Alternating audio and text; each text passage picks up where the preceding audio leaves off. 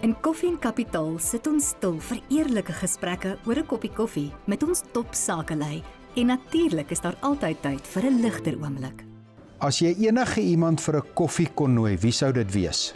Dis 'n maklike een, Nelson Mandela. Ek sou graag by hom wil leer oor hoe hy met mense gewerk het en sy deernis vir die mensdom. Watter boek het die grootste impak op jou lewe gehad? Apricots and Tea deur Kim Ballantyne. Dis 'n boek oor haar geloof en haar deursettingsvermoë deur sulke moeilike tye. Watse raad sal jy vandag aan jou 25-jarige self gee? Wees jouself en geniet wat jy doen.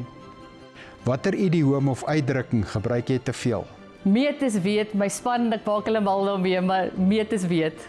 Watter enkele besluit het die grootste impak op jou lewe gehad? Om 'n kelner te wees en om nie 'n ouditeur te wees nie.